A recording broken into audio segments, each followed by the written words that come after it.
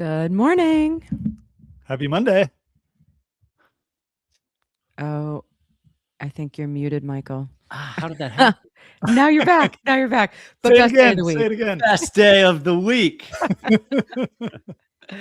Real Monday move to have. I feel like we are just like plagued by a running trail of technical issues. It's like our internet knows it's Monday. But how were your weekends? Did you guys do anything fun? We did several Easter egg hunts and then church and had family over in the afternoon. So a full-on family holiday weekend over here at the Goldin House. Beautiful. How many Easter egg hunts did you do? Because I think we did 4. 3, I think. Yeah. Yeah. It was lots of eggs around the house. Yeah. Same.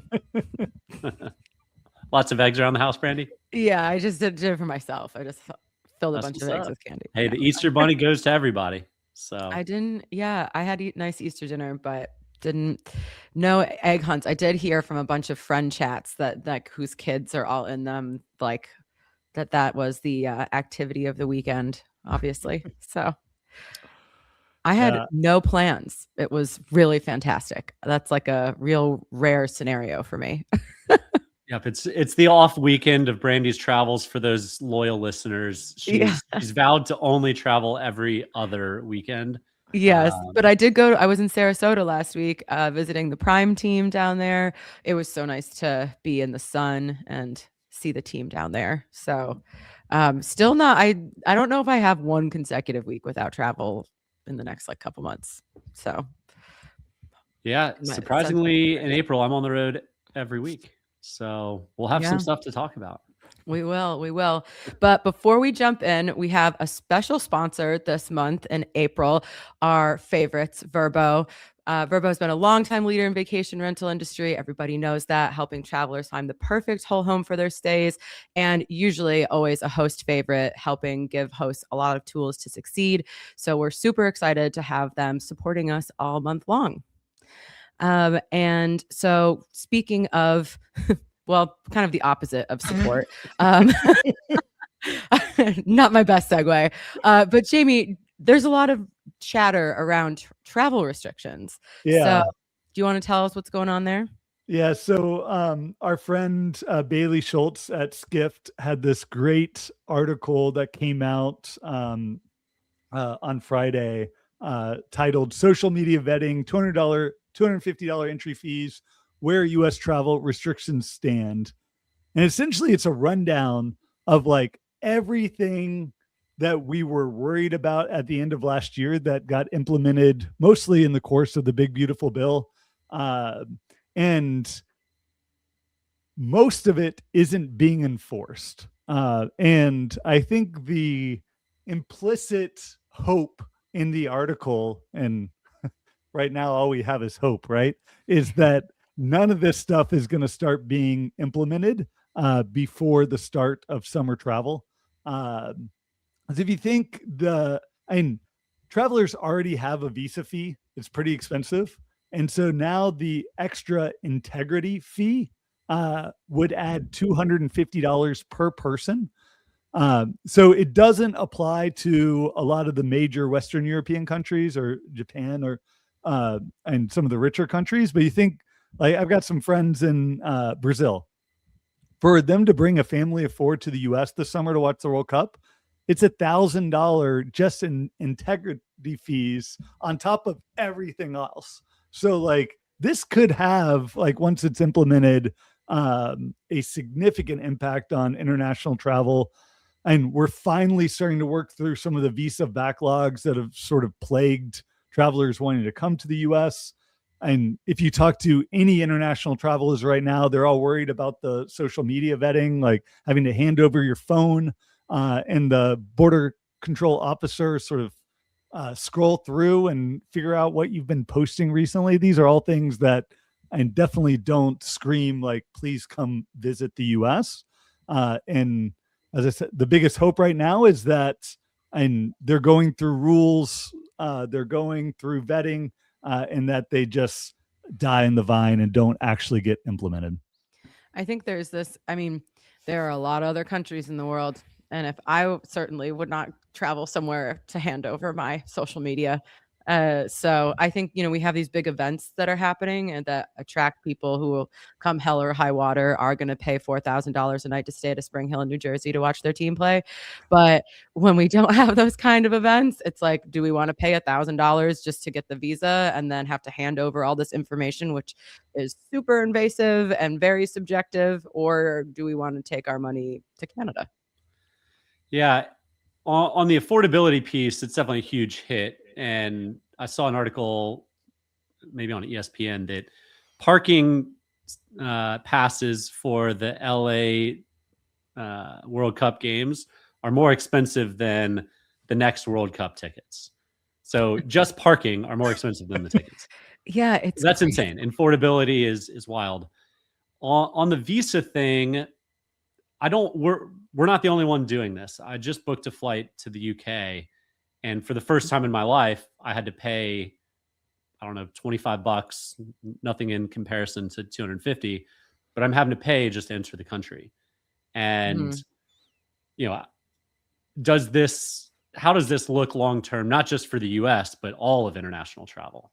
Does everyone just put up a wall and start charging more fees? And then, the K-shaped only takes off further because, to your point, Jamie, a family of 4 that makes a good living in Colombia or Brazil or Argentina is now, going to be stuck with another $1,000 of entry fees alone. So with the UK one, it looked like that visa, I can go in and out for the next 1.5 or 2 years without having to pay it again. Jamie, is that the case with ours?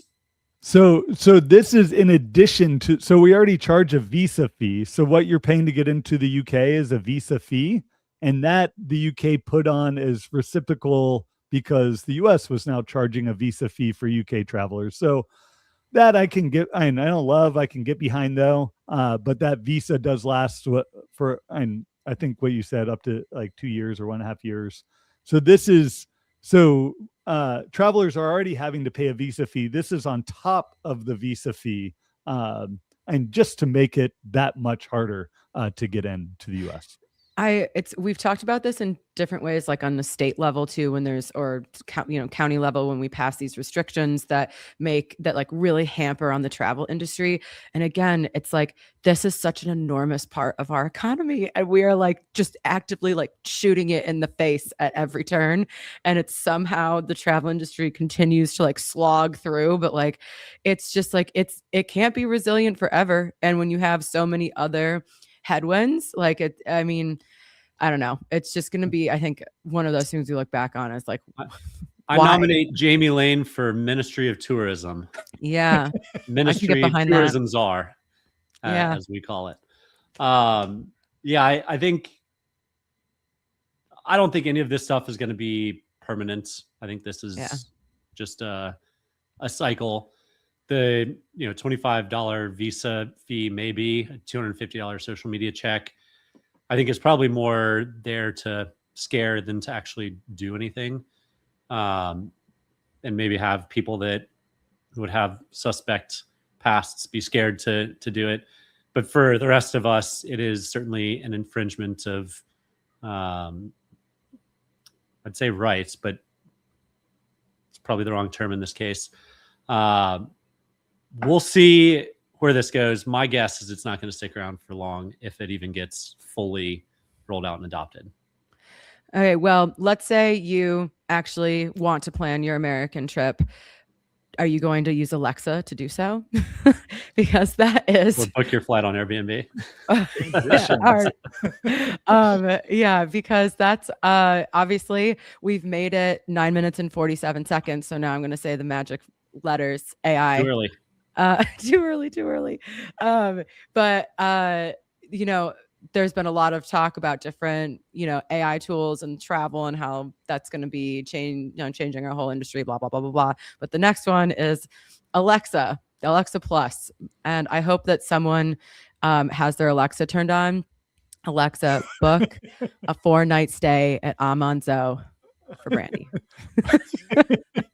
first class tickets, because that's this. Okay, the article talks about how Amazon is really releasing like this next product to get to like book the whole, travel end to end on Alexa.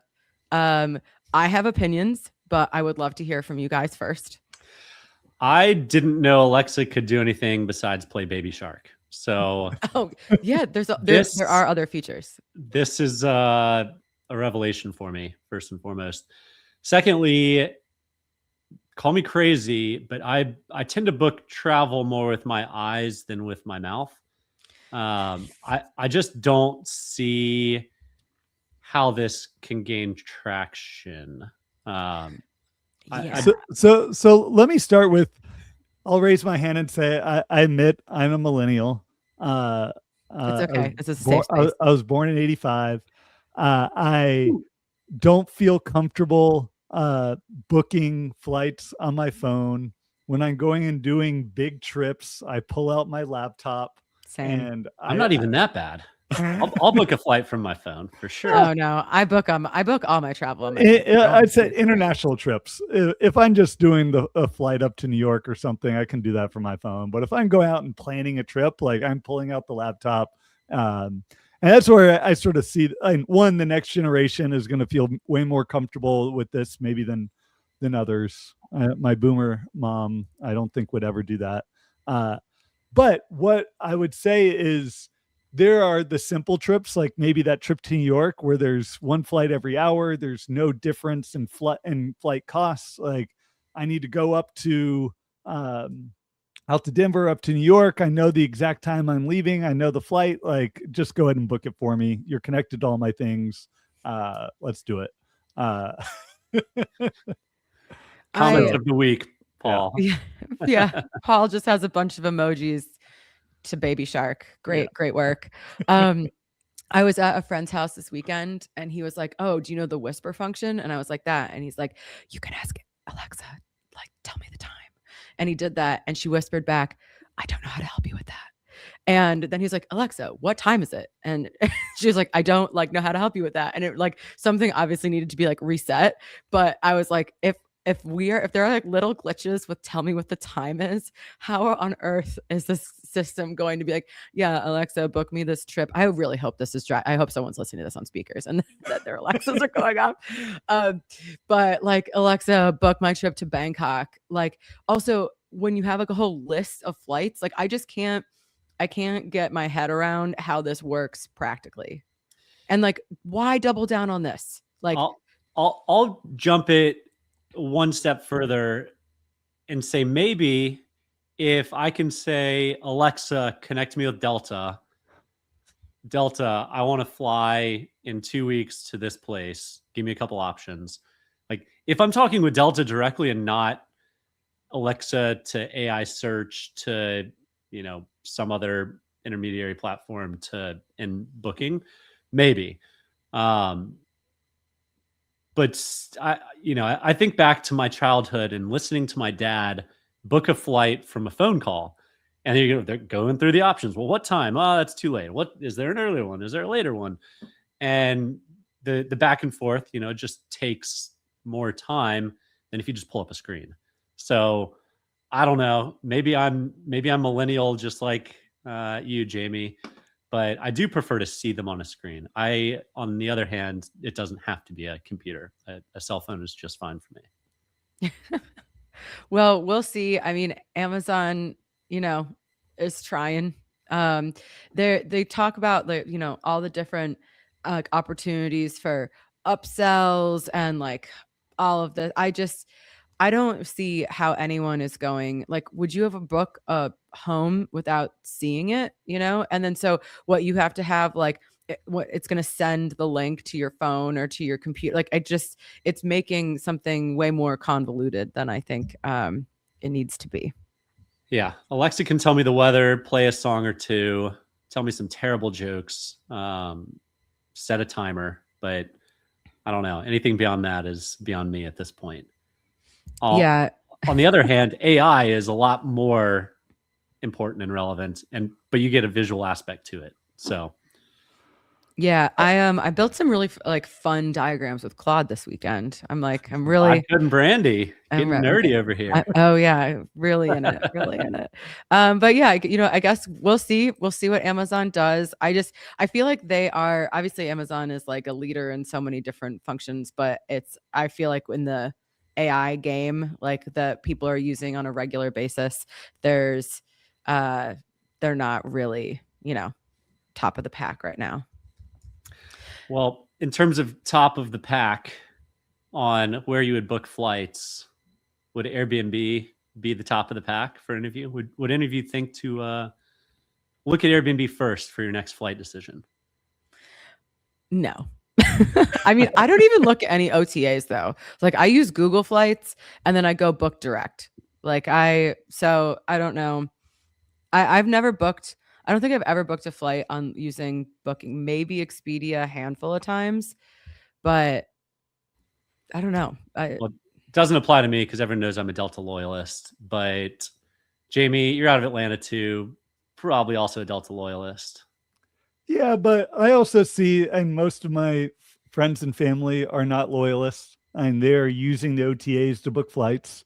So as Airbnb has announced that they're, and maybe not even announced, they said they're looking at getting into flights. They've been looking at getting into flights since 2018, 2019. Sounds about right.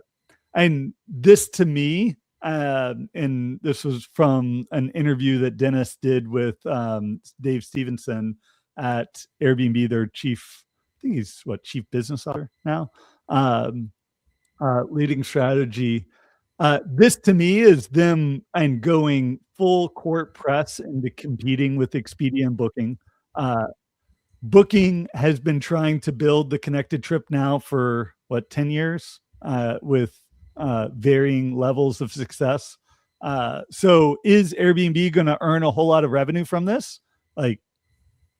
Absolutely not. None of the OTAs earn significant revenue off flights, but it can be an important point of usually the flight is, and if not, and along with lodging, the biggest point of revenue. It's where you start your sort of travel, or a lot of people start with the flight. And if you can get people using your OTA to start with the flight, then you have a much higher likelihood of getting them to then book the lodging and then book the car and then book the experiences and have them all stay within your ecosystem. So, and essentially Airbnb's got 3 out of 4 with your car transfer, your experiences, and your lodging. Might as well add the 4th and at least have the opportunity to win the connected trip race. I've got a lot to say on this one. Michael takes a deep breath. So the ethos of Brian gets completely broken by flights. The individual host that he's fought so hard for, and he's done a really, really good job of protecting, it gets just chipped away at little by little. Now, the push into hotels, particularly independent hotels, makes a ton of sense. People travel for different reasons. You want to capture the business traveler when they're not with their family and vice versa. But just to jump to flights, I think is the biggest and probably worst reach that Airbnb can do before you even get successful at any of the other ones that Jamie just listed off. Go get successful at services, go get successful at hotels, and then look for the connected trip. But you're very far away from that. So you can't be everything to everybody, and you're not going to be this connected trip. I would advise you, Brian, and the rest of the team, focus on what's made you and the brand that you've built versus trying to jump into flights and just tick the box to try and trade like an OTA.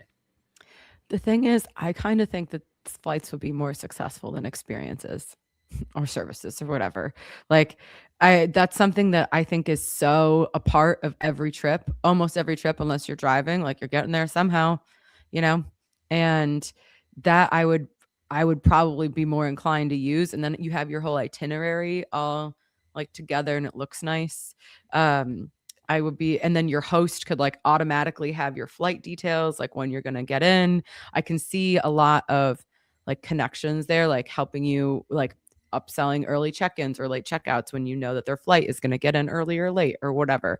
I do agree though that like they're taking on all of these different, verticals without really fully executing on any of them. Like the hotels, another like just like what is happening there. But I also think that there's this view that like if they don't add all of these things that Booking and Expedia have, that they're not going to win the race. So I think there's just this. That's what this seems like to me. Jamie. I'll just say, and we've talked about this in the past, they are grasping for growth at this point, right? Of what is going to hit. You've got to have a lot of irons in the fire, as they say, and hopefully one of them will catch and one of them will be one of those things that can drive this next level of growth that they need. And also, just because something doesn't necessarily work in the US, they are one of those companies that it could take fire in Latin America, or they could be the next new flight booking platform in APAC and in Japan and Korea and Australia. And they're doing their airport transfers. I think this initial launch is all in Europe right now, where there's more of this and a lot of airports that are sort of disconnected from the central part of town, and people needing to get in. And once you get in, you don't need a car, but you do need that initial sort of transfer, where in the US it's like, I'm going to rent a car anyway. Why do I need this transfer thing? While I don't love it as a strategy, I mostly agree with you, Michael. Like, I don't see this being their next big thing. I do see it as something that's probably worth testing.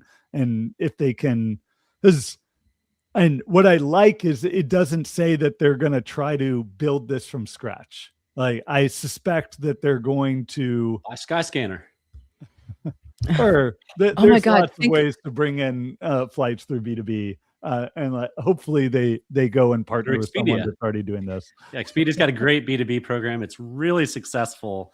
Pipe it through to Airbnb. Let's see how this goes. But I think, just on the Skyscanner thing, like that was the best part about Skyscanner in Europe, was like, you're like, I just want to go anywhere, and it would show you. So if you could do that with Airbnb, and then it would also pick like the homes, like you could also do that search with like the homes function. Like, I want to go anywhere for this price, and then it would pair your flights. Oh my God.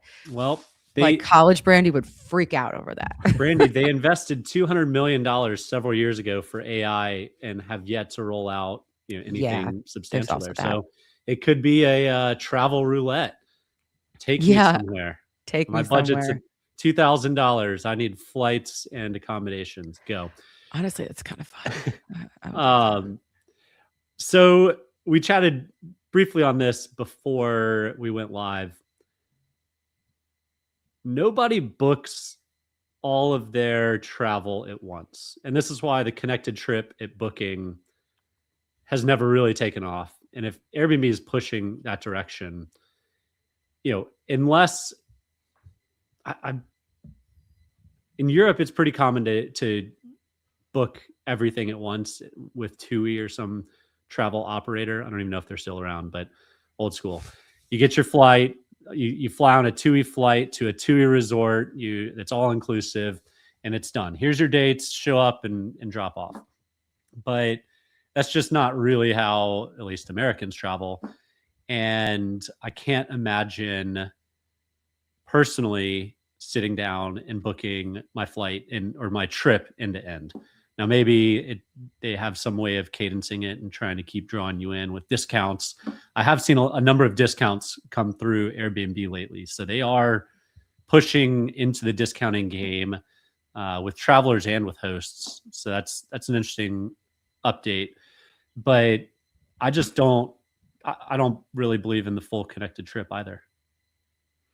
Yeah, because you can just, I mean, especially now with so many tools and like whatever AI bot you've become friends with, like you can create your own itinerary, your own connected trip. Like there's all these conversations floating around about like, we talked about this last week, like the Claude killer, like what business, like how quickly is AI basically going to kill it and how you can create this app. But like you can just recreate the connected trip on your own. Like that seems so easy. And so you're not going to need, I think this would be like a warning signal for Airbnb if Booking was spending the better part of a decade trying to get people to do it and it didn't work. Like, is that like really like, are you like, no, we're going to do it differently. Wait, are you pitching an idea now, Brandy? You're going to create an AI travel planner that sort of brings together all your trips? And she's predicting a Vitor acquisition, a Skyscanner acquisition, and what else is available? TripAdvisor.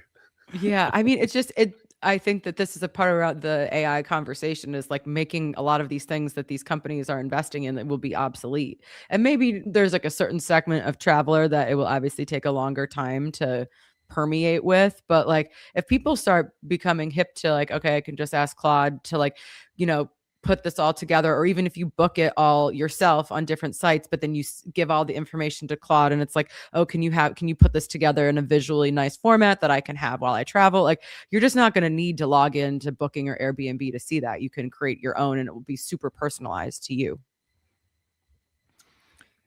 Yeah, well, not bullish on Airbnb flights, not bullish on Alexa booking travel, and not bullish on international travel coming to America. This is a very bearish episode.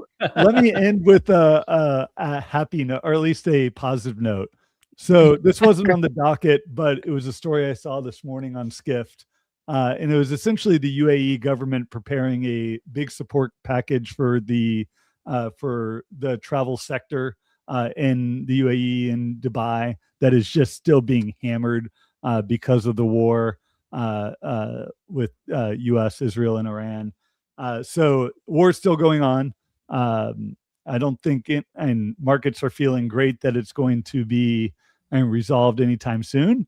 And you look at performance, and we see it in the AirDNA data. STR created a great graph where they compared occupancy in UAE at the start of COVID and occupancy in UAE now with the war in Iran. And they are collapsing at very similar rates, which is really depressing to see. We all saw the impact that COVID had, and essentially they're having a second COVID right now in terms of just people not traveling to the UAE, canceling everything, and that government has come out this morning and saying that they're preparing a pretty significant sort of rescue package for the travel and tourism industry. And we saw it right when the war started, that they were essentially paying for guests to stay in hotels. And now that it looks like they're going to prepare an even bigger package to make sure the tourism industry can make it through this low point, which is incredible that they're able to do. I mean, it's a much smaller industry than the US and Europe, but something that the government looks like they can support for at least a bit. Yeah, I mean that they've put so much money into their tourism infrastructure, it's good to see that they're going to do something to support it. But the COVID collapse, anyone listening to this that's an operator in this industry knows what that felt like at that time. So just like, I think we can all feel a little bit of empathy to another, group that's going through a similar kind of like just immediate collapse of your implosion of your industry is not fun, but good to see there's some support coming for them, which hopefully this won't last forever and they won't bounce right back. Well, thanks everybody for tuning in, especially Paul coming in with great comments today. We love seeing you on the show every Monday, and make sure to check out the VRBO link in our on the screen and in the show notes. We are so happy to have them sponsor us this month. We are good friends with our team over at VRBO. So hope everyone has a great week, and we will see you all next Monday.